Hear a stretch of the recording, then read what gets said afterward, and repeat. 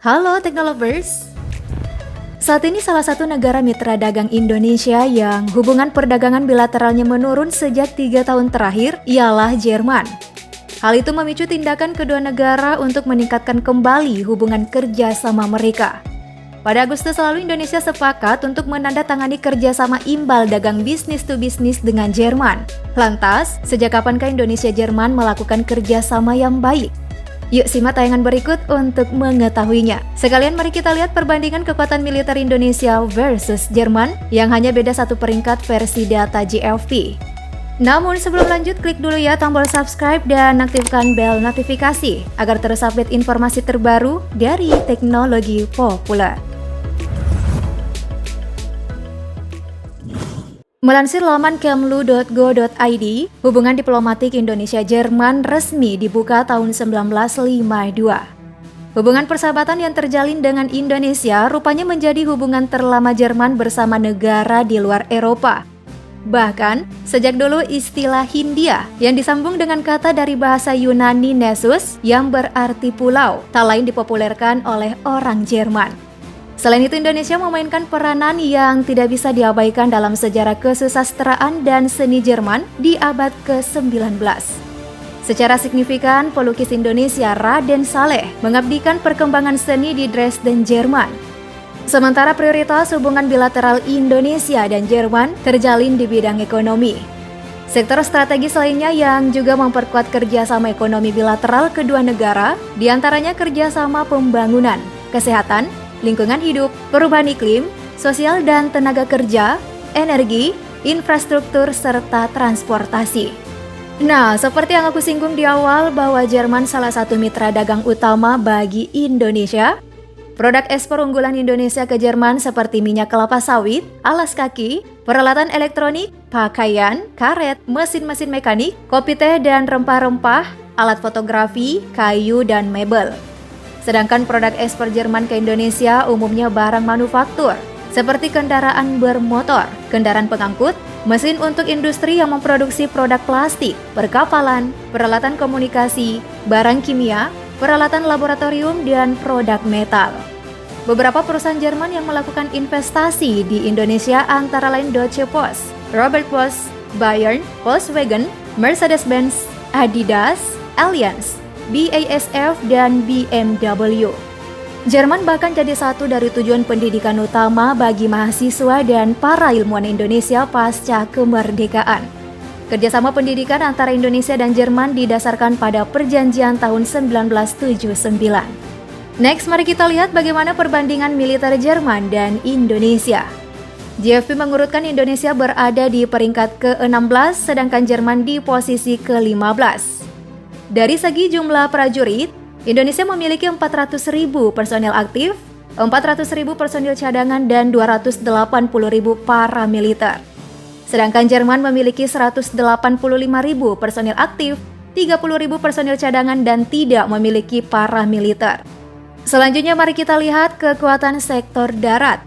Untuk tank, Jerman memiliki 224 unit, Indonesia 332 unit. Kendaraan lapis baja Jerman 5.260 unit, sedangkan Indonesia 1.430 unit. Jerman tidak memiliki satupun artileri derek, sedangkan Indonesia memiliki 366 unit. Jerman memiliki 117 unit artileri gerak, sedangkan Indonesia 153 unit. Untuk proyektor roket, Jerman memiliki 38 unit, sedangkan Indonesia 63 unit. Di sektor darat, meskipun Jerman tidak memiliki unit artileri derek, tapi jumlah kendaraan lapis baja mereka begitu banyak, sehingga mengungguli jumlah armada tempur darat milik Indonesia. Next, ada kekuatan udara di mana pesawat tempur Indonesia memiliki 41 unit, Jerman 137 unit. Pesawat serangan khusus Indonesia 38 unit, sedangkan Jerman 75 unit. Untuk pesawat pengangkut Indonesia 64 unit, sedangkan Jerman 72 unit. Pesawat latih Indonesia 109 unit, sedangkan Jerman 32 unit. Pesawat misi khusus Indonesia 17 unit, Jerman 40 unit. Untuk helikopter Indonesia 188 unit, sedangkan Jerman 338 unit. Terakhir ada helikopter serang Indonesia 15 unit, sedangkan Jerman 56 unit. Nah, dari data tadi, kekuatan kedua negara tentu tidak seimbang, di mana jumlah armada tempur Indonesia 472 unit, sedangkan Jerman 750 unit. Untuk sektor laut, baik Indonesia maupun Jerman sama-sama tidak memiliki unit kapal induk dan kapal perusak. Namun untuk kapal korvet Indonesia 24 unit, sedangkan Jerman hanya 5 unit. Untuk frigat Indonesia memiliki 7 unit, sedangkan Jerman 10 unit. Kapal selam Indonesia 4 unit, sedangkan Jerman 6 unit. Untuk kapal patroli Indonesia 179 unit, sedangkan Jerman tidak memiliki 1 unit pun. Kapal perang ranjau Indonesia 10 unit, sedangkan Jerman 12 unit. Nah, untuk sektor laut barulah Indonesia unggul jauh dari Jerman. Jika Jerman tidak memiliki 1 unit pun kapal patroli, Indonesia justru mengandalkan armada ini di laut dengan 179 unit.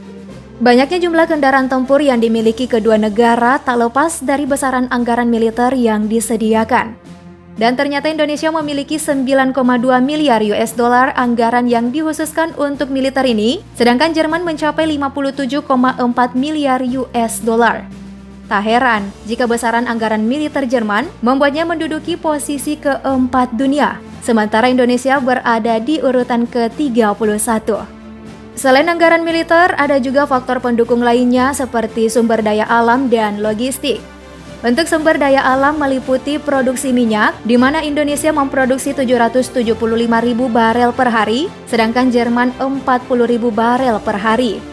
Indonesia memiliki cadangan minyak 3 miliar 310 juta barel, sedangkan Jerman 129.600.000 barel. Indonesia mengkonsumsi minyak 1.630.000 barel per hari, sedangkan Jerman 2.500.000 barel per hari. Nah, untuk faktor logistik, Angkatan Kerja Indonesia memiliki 129,366 juta jiwa, sedangkan Jerman 44,585 juta jiwa. Indonesia memiliki 9.879 unit kapal sipil, sedangkan Jerman 609 unit. Untuk pelabuhan dan terminal utama, Indonesia memiliki 16 dan Jerman 13. Sepanjang 437.759 km cakupan jalan raya yang dimiliki Indonesia, sedangkan Jerman sepanjang 644.480 km.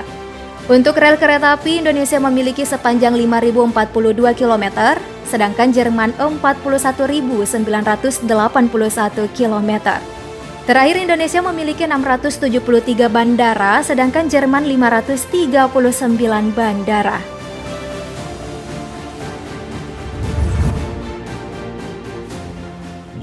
Itulah perbandingan kekuatan militer antara Indonesia versus Jerman. Selisih 1 peringkat membuat Jerman bisa saja nih kesusul Indonesia. Melihat saat ini Indonesia banyak melakukan kerjasama membuat kendaraan militer dengan negara lain, bahkan sudah ada beberapa yang sudah masuk dalam daftar order. Jadi makin penasaran dengan data terbaru GFP di tahun depan. Kira-kira Indonesia pindah posisi nggak ya? Menurut kamu? Yuk komen di bawah, klik like dan share videonya. Sampai jumpa dan terima kasih sudah menonton.